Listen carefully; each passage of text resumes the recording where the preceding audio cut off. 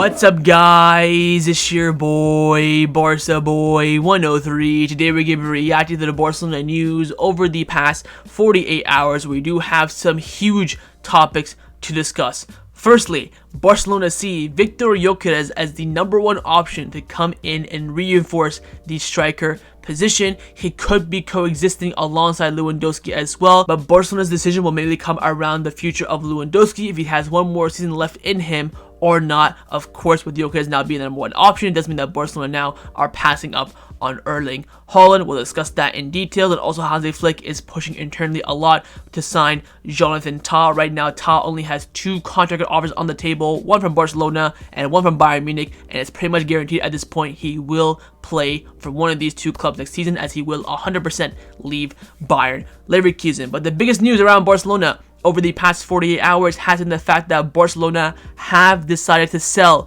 Andreas Christensen. It could be as imminent as January, but most likely being in the summer. We'll discuss those details on behind that decision around that. But again, Christensen's future at Barcelona looking like it is coming to an end. We have some big contract renewal updates as well around Frenkie de Jong, Araujo, Pedri, Gavi, Inigo, and also Szczęsny as well. Big injury updates, of course, ahead of the end of the international break. And finally, we have a new league design of Barcelona's second kit for next season, involving, of course, the Kobe, Bryant, and Nike collaboration. But before we get into it, make sure you guys smash that like button down below. Let's try to get to 200 likes in this video. It would be very much appreciated. Also, if you are new, make sure you subscribe down below if you haven't already, and let's get into it. Now, before we get into this video is sponsored by #1 Foot. #1 Foot is by far the best replica jersey website on the market, and it's not even close. They have a variety of different items at the absolute best prices. They sent me 2 kits recently. First one is the retro Barcelona kit, the home kit, which I'm currently wearing right now, and also as well the second kit for that season in the blue edition. Oh my god, like, the stitching is fantastic, the quality is, superb. Feels like I have the actual, original kit for a fraction of the price. And if you use the discount code BOY at checkout, you do get 10% off your order. That's BOY. Use it at checkout, and all orders above $80 as well will receive free shipping. So what are you waiting for? Hit the top link in the description down below and get your new football kits today.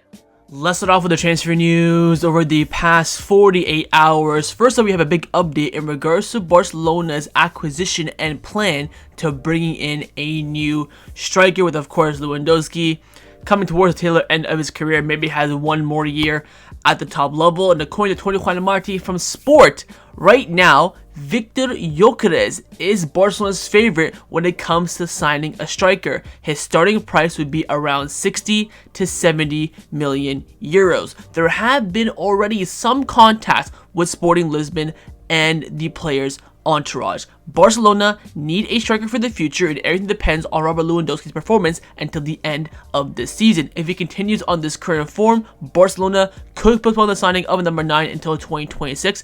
As of now, Lewandowski is clear that he wants to stay at least 1 more season at Barcelona, but both Lewandowski and Gyökeres coexisting in the same team is not ruled out, but seems unlikely. Now, there is a lot to break down here. Now, as I said to you guys in the last news video, Barcelona's main priority for the summer of 2025 coming up is going to be a left winger. Whether it's Nico Williams, Rafael Leao, or someone else, left wing will be the priority next summer. That's already been confirmed by a lot of top sources around Barcelona and Fabrizio Romano himself as well.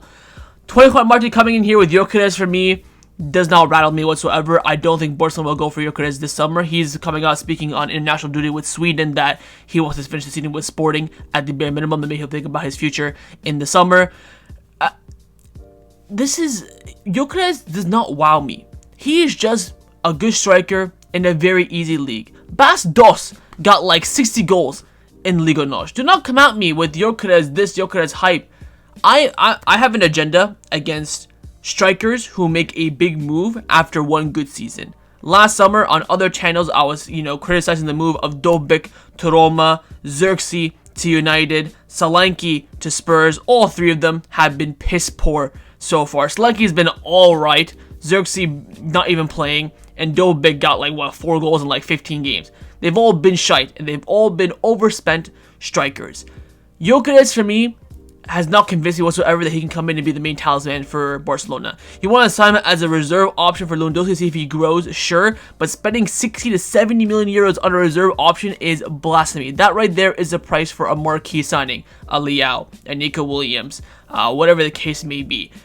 You also have the situation of Pau Victor and Victor Roque. What do you want to do with those two players? Those are both players that can play the number 9, are natural number 9s. Of course, we do have, positions in their futures as well. Those are going to have to be sorted out as well, alongside the future of Robert Lewandowski. And of course, it's quite clear that Laporta wants Erling Haaland in 2026. So this, for me, makes 0 sense whatsoever. The fact that he's the favorite for me, I think Tony Juan here has missed the mark. Because again, it's quite clear that Barcelona are prioritizing a left winger this summer as the star signing. So this makes no sense whatsoever in any regards. Unless he's for 30 million euros, 40 at most, you can knock on the door, you can consider it. But for me, this makes absolutely no sense. Again, left wing 2025, striker 2026, goalkeeper 2027. That is the plan for Barcelona. All this jibber jabber about other stuff for me, again, it's international break. You want to sell papers. It makes sense. But Gyökeres to Barcelona this summer makes 0 sense to me whatsoever. For the price, the quality of the player, what we currently have in the squad, what we need in the squad right now, for the price, does not make sense whatsoever in my eyes. If he makes a move this summer, somewhere, maybe Serie A or Premier League, he does well, he's available for that, maybe same price, sure, you can consider it. But from Liga NOS to Barcelona, it just doesn't move me whatsoever. So we'll wait and see how things do turn out. But according to some reports, especially from Tony Juan, who is the top source around Barcelona see Gyökeres as the main option to reinforce the striker position. When they go for him remains to be seen, but he is seen as the number 1 option as of right now. Now, a move for Barcelona that makes a bit more sense than Gyökeres this summer is, of course, Jonathan Tah, who will be a free agent this summer, and also a player that Hansi Flick is very keen on Barcelona to sign. Now, according to Pedigoal of Sky Germany, Jonathan Tah will not, of course, extend his contract with Bayern Leverkusen. That was already confirmed in July of last summer. Bayern and Barcelona are the only 2 concrete options for a free agent this summer, and it's currently highly likely that he'll choose between one of these clubs. So on the table right now, Tah has strong interest and maybe even contracts from Bayern and Barcelona, and it's very likely he will choose one of these 2 options. And I honestly agree. I think, like I mentioned a lot on the channel over the past few months around Tah, the only way he joins Barcelona is if we sell someone. Christensen, Araujo, Kounde, Inigo walks. You sell Eric Garcia. With the current center-back department we do have, there's no chance he comes in. There's no point whatsoever. If 1 or 2 players leave, the avenue is open for him. Good player. Do I think he's at Barcelona level?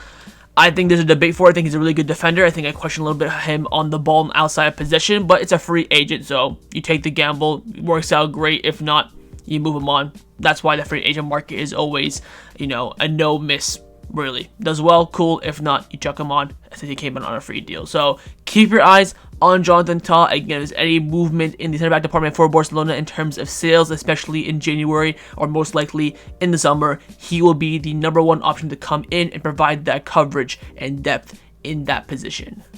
Let's now discuss the players that have been rumored to leave Barcelona over the past 48 hours. This has by far been the biggest news around Barcelona this past weekend, and that is the sale of Andreas Christensen. That, of course, perfectly ties in with Barcelona potentially signing Jonathan Tah. The news broke from Mateo Morito of Renewal, again one of the top sources in the world, and he's come out saying that Andreas Christensen has a contract with Barcelona until June 2026. So of course this summer he'll be entering the final year of his deal, but it is likely to leave the club. It remains to be seen if he will leave Barcelona this January of 2025 or in June of 2025. Some Premier League clubs are keeping an eye on his situation. So he's reporting that Barcelona will be moving on Christensen, and also Ferran Corras of Sport confirmed this as well, saying that Barcelona is more likely to put Christensen in the summer transfer market rather than January. Nonetheless, the name is high on the list of transferable players, as also of course covered by Mateo Morito previously. So he's saying that most likely Barcelona will move him on in the summer and not in January. Couple of things here. Firstly, in regards to when you want to move Christensen, I believe if the price is right, you move him on. If the plan is to move him on, why keep him for 6 months? I get it for depth and stuff like that, but rather just give the helm to other players who, have the coverage and have the backing of the club. Again, if the great offer comes in. On the sale of Christensen, I've seen a lot of people very disappointed in this. I think Christensen is an absolutely fantastic player. I think he's very underrated. I think he's definitely of the level and the quality of Barcelona, but he has one big issue, and we knew about this issue when he signed, and it's been a reoccurring issue ever since. This man is just not reliable whatsoever. When he plays, fantastic player, absolutely brilliant. I think he'll go down as one of the most underrated players of our generation. Especially, a cool, calm, collected player, can play in multiple positions, so sturdy, so reliable. He's just never, ever fit. Of course, came in for free, so any sale for him would be direct, straight profit from Barcelona, and this is why you sign free agents. What do I say on it?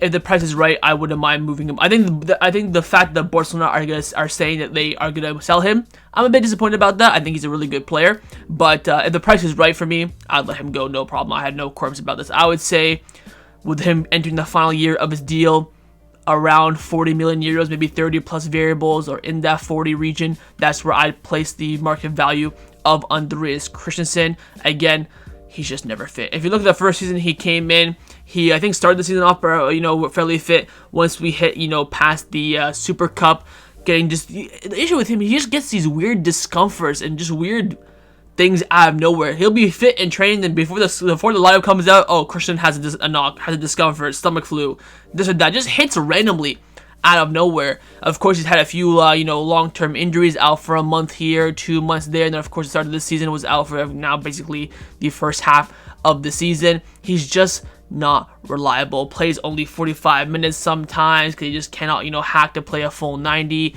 So I understand where the club's coming from. You also, of course, have an overbooking in the back department. You have a free agent in Jonathan Tah, who's, a good player that can come in and provide that kind of same coverage. You already have Barca doing fantastically well. Araujo is one of the captains who you want to play week in, week out. So he will become a third choice option. And when you have a third choice option who isn't reliable, has market value, it of course makes sense to move on. So from the club's perspective, business and squad wise, I have no qualms with this whatsoever, but on the quality of the player, I'm a bit disappointed to lose someone like Christensen, but I understand perfectly where the club is coming from. So we'll wait and see what happens. Looks like the club have kind of made their mind up. I doubt we will offer him an extension whatsoever, especially with other players being a priority ahead of him. But it looks like Barcelona had decided to move on Andreas Christensen, or it could be this January, or it could be in the summer. Hopefully we do get a good deal for him. Again, Premier League clubs, Newcastle, Villa are the two main ones I've been hearing a lot that are very interested in him. Again, he's a great player, so we'll wait and see how things do turn out in his future, but right now it's looking far, far away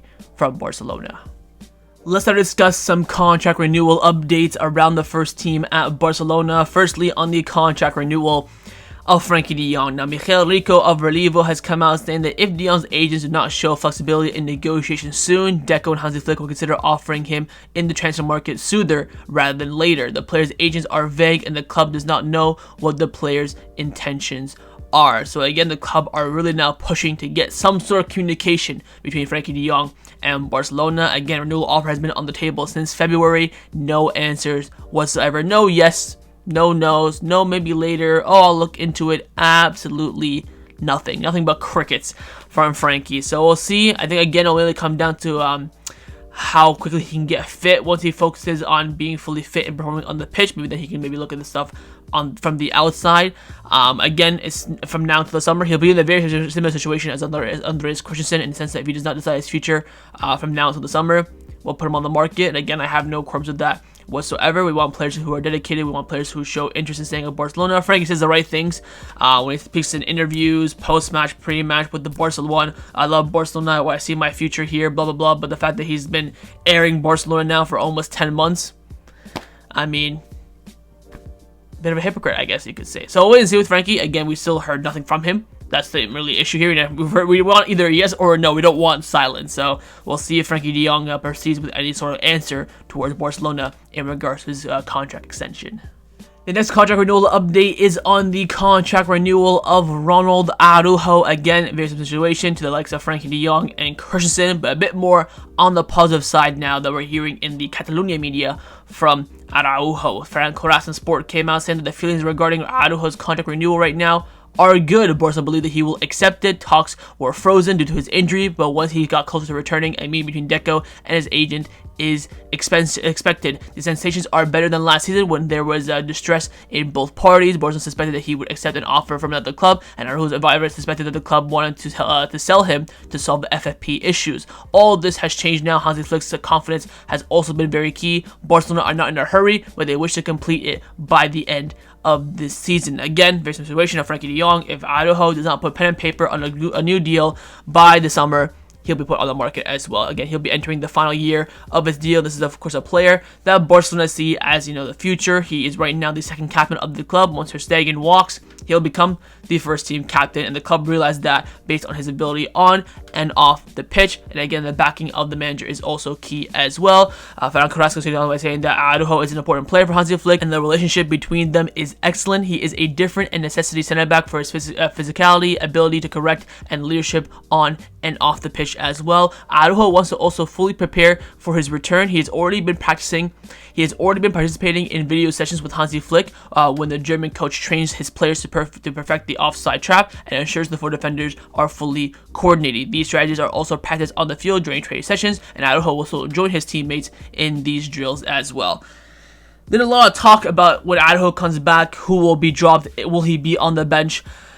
I think no matter what, Araujo is coming back into this lineup. I think the only way Araujo stays away from this lineup is how he is on the ball. We've seen how important center back passing is for the Flick system, and with Araujo, one of his big, negative parts of his game is his passing ability. Of course, speed, recovery pace, defending, aerial duels, ground duels, he's absolutely sublime.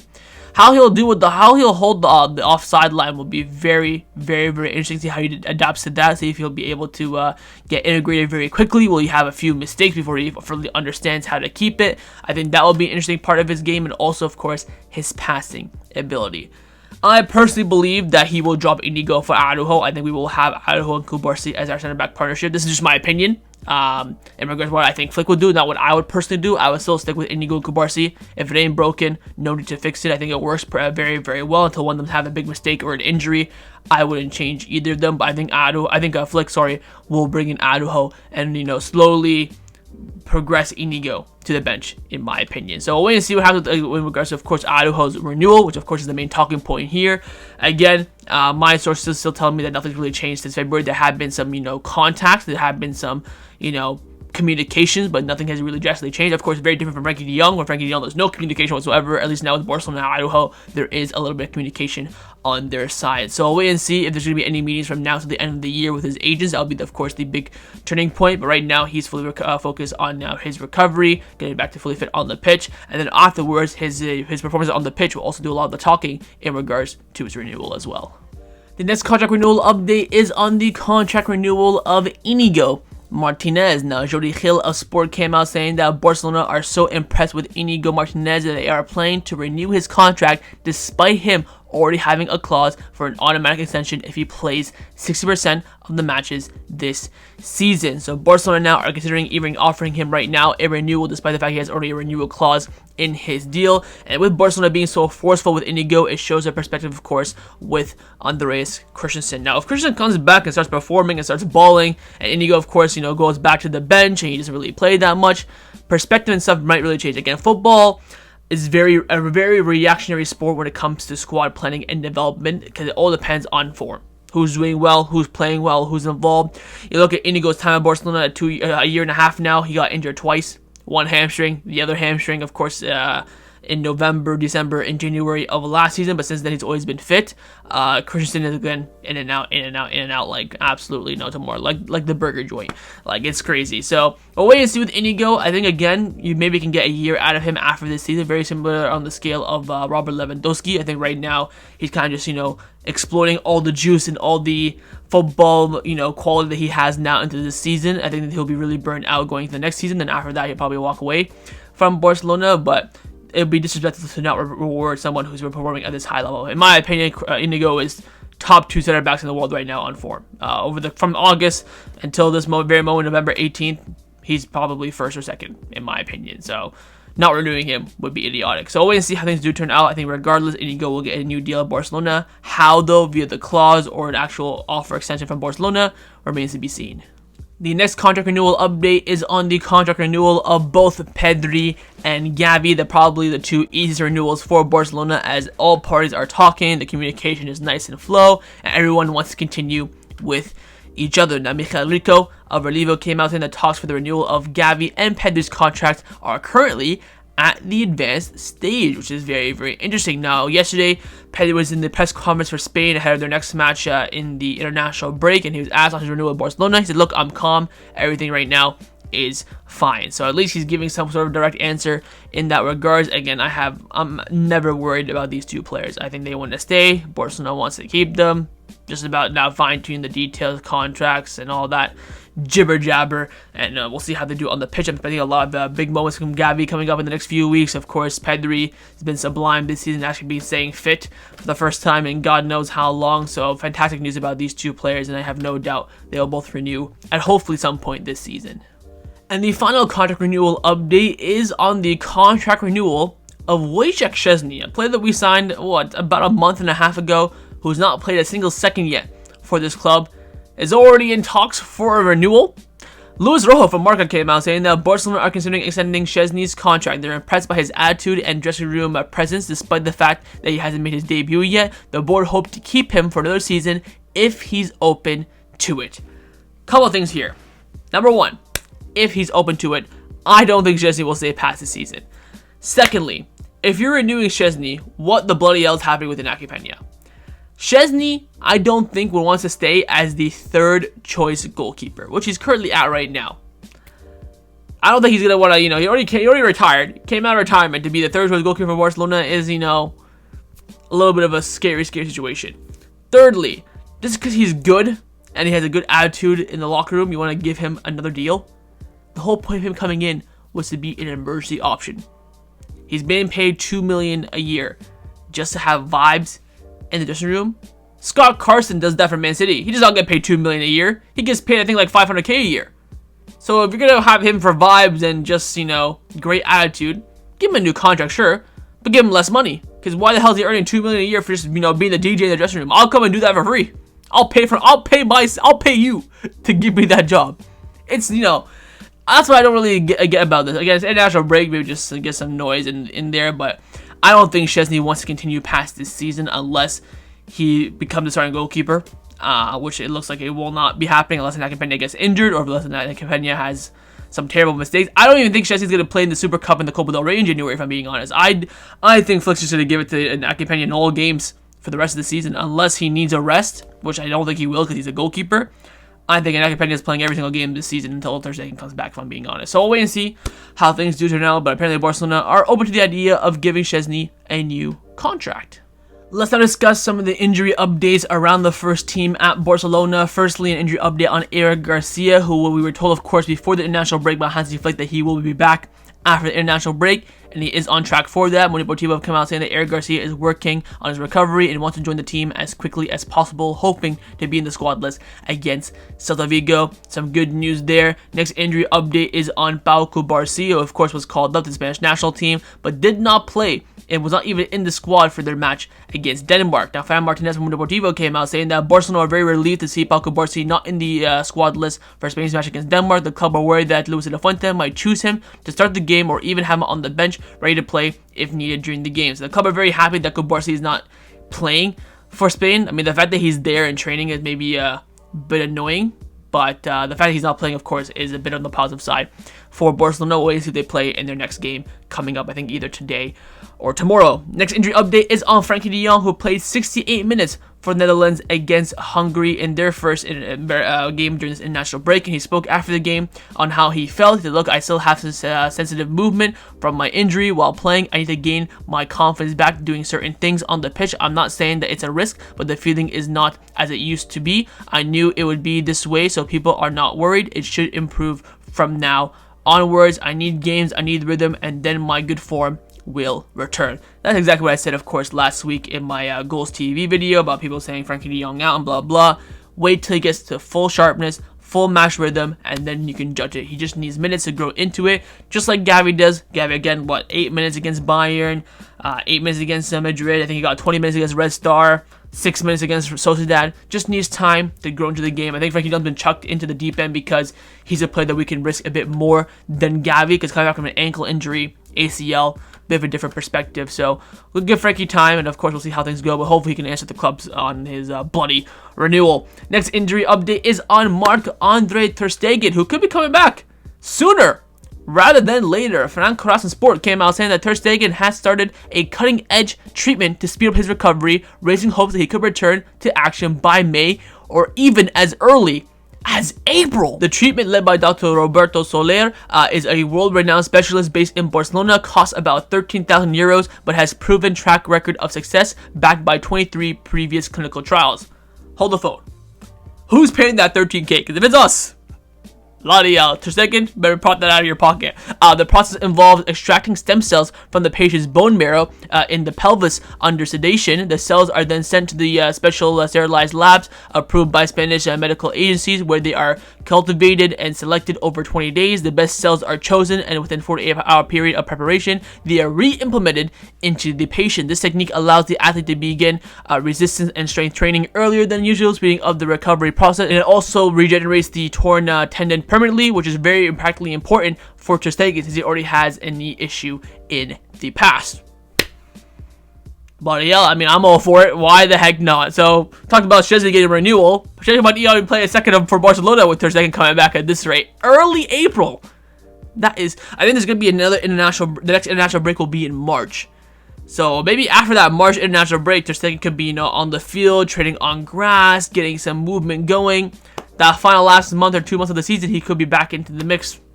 We will wait and see. Again, there's going to be no rush, of course, from Ter Stegen. Final injury updates, kind of, overview from Javi Miguel from AES. He came out saying that Yamal still knows his discomfort in his right ankle if he doesn't use a protective badge, and he's working on that so he can get the medical clearance in time for the Celta Vigo game. Robert Lewandowski, Hector Ford, and Eric Garcia will all be recovered for the Celta Vigo game. Ferran Torres will also be available against Brest or Las Palmas during the week. He also mentioned that if Lamine Yamal does get the green light, he will play no more than 20 minutes in the Celta Vigo game. So at least, you know what, Garcia, Fort, Lewandowski should all be good, and in the next week, you'll see Lamine Yamal and Ferran Torres coming back. And also, finally, Fernand Cross Sport came out talking about Araujo, saying that Araujo is now in the final stage of his recovery. The coaching staff and the medical team will decide when he can return to the group training session and start preparing for his comeback to the field. He is expected to return during December, likely in the week where we play Mallorca and Betis. Again, we're now November 18th. Araujo has not returned to any training on the grass whatsoever with the ball. We've seen some videos of him working out in the gym and him flexing his muscles. I mean, whoop-de-doo. Until he gets to the ball on the grass, he'll need at least another 2 weeks. Again, he's been out since the summer. So he's, again, like Frenkie, like Gavi, a week of training, get that match rhythm, sharpness back. Needs to learn how to play the high line, fine-tune his passing a little bit, hopefully. So at this rate, we'll probably won't see Araujo this month, which again now goes back to who was right, who was wrong a few weeks ago, saying that people were saying that he's going to come back in November. Some people were saying beginning of December. Some people were saying mid-December. So before the end of the year, we will see Araujo. That is pretty much guaranteed at this point. But when in the next few weeks remains to be seen. But the most important thing, in my opinion, is that Lewandowski, Ford, Eric Garcia, Lamine Yamal, Ferran Torres, these 5 players will all get the green light at some point next week.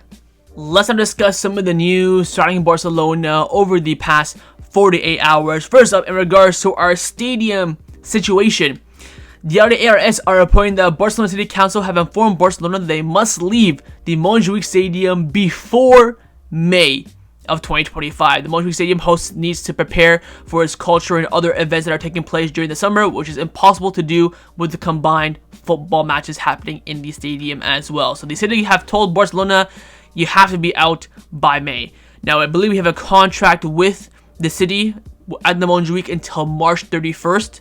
So there's a bit of an extra month buffer period, you could say. Look, at some point this season, we will return to the Spotify Camp Nou. That is 100% set in stone, 100% guaranteed. When? I have no idea. I've been looking at some of the footage of the Camp Nou right now. It's looking pretty damn slow, I will to say the least. I think we will be back there by the Clásico. That is my, that's where I think the club are standing. We have to play the second Clasico of the season there, for sure. I mean, in the league. We can probably play another Clasico at some point. But I think the club really want to aim for, middle of February when we have the round 16 of the Champions League. That's where I think the club are really fine-tuning their, focus on. Because I think the Clasico game will be around March time. So, we'll wait and see. But again, we're not going to be playing at the Montjuïc this whole entire season. So, at some point, we're going to go back to the Camp Nou. The question really now is, and the million-dollar question, should I say, is when. Now, in some more surprising, maybe a little bit not surprising news, it's about Jules Kounde and his tardiness. And it has struck yet again. Now, we saw, of course, Hector Fort start the match against Espanyol. We all thought it was rotation. I believe that was the only change Flick made, apart from, of course, bringing Dani Olmo in the starting lineup.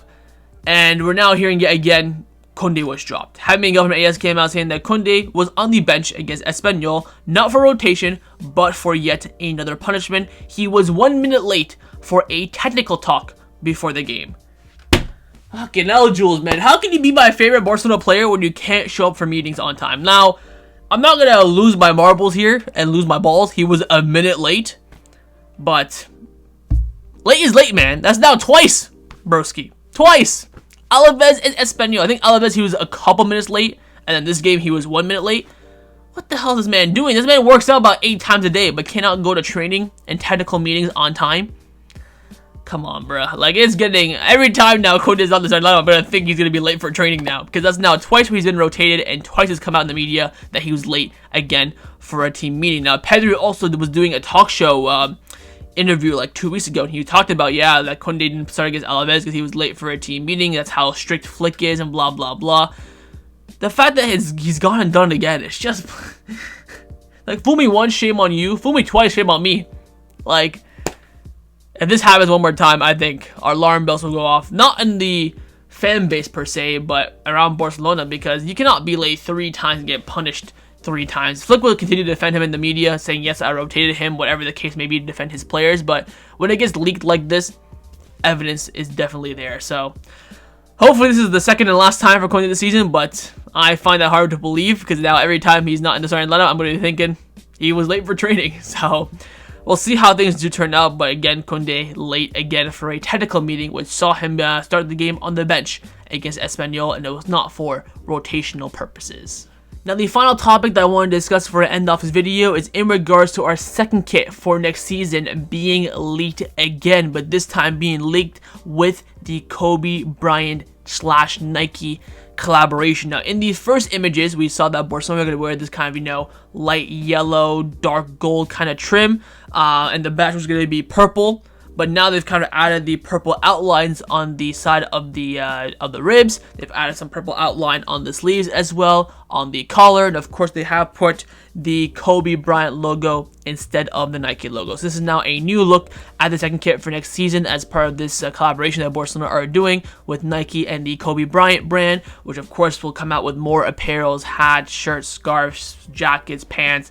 It's going to be a whole entire collection line, but the main attraction of it will be the second kit being replaced, the Nike logo with the Kobe Bryant logo. So this is, again, another look at it. Again, purple was kind of the colors of the Lakers, and also Kobe Bryant's kind of colors as well. Purple and gold, kind of the same colorway that Barcelona kind of going for in this kit. Again, I think it looks really, really cool. I think the emblem as well, really, really clean, does not really...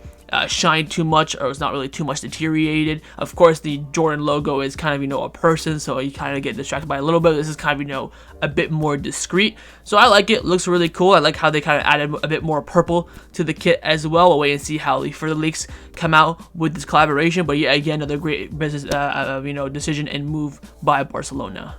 So that was my reaction to the Barcelona news over the past 48 hours. Hope you guys enjoyed this video. If you did, of course, make sure you drop a like down below. And of course, in the comments down below as well, let me know your thoughts on everything we did discuss. The first thing I want to know, of course, is Viktor Gyökeres. Would you go for him or not? Would you wait for Erling Haaland or not? Secondly, on Christensen and Toss, that kind of tied in together, would you sell Christensen to bring in Tafa free. Do you agree with Barcelona, looking like they're going to be doing that move, or would you back Christensen and let him stay and pass on the opportunity of Jonathan Tah as a free agent? And fire your thoughts on the elite kit design for Barcelona's collaboration with Nike and the Kobe Bryant brand for next season. And of course, make sure you guys subscribe down below if you haven't already, and I will see you guys next time on the channel. Take care, and Forza Barca.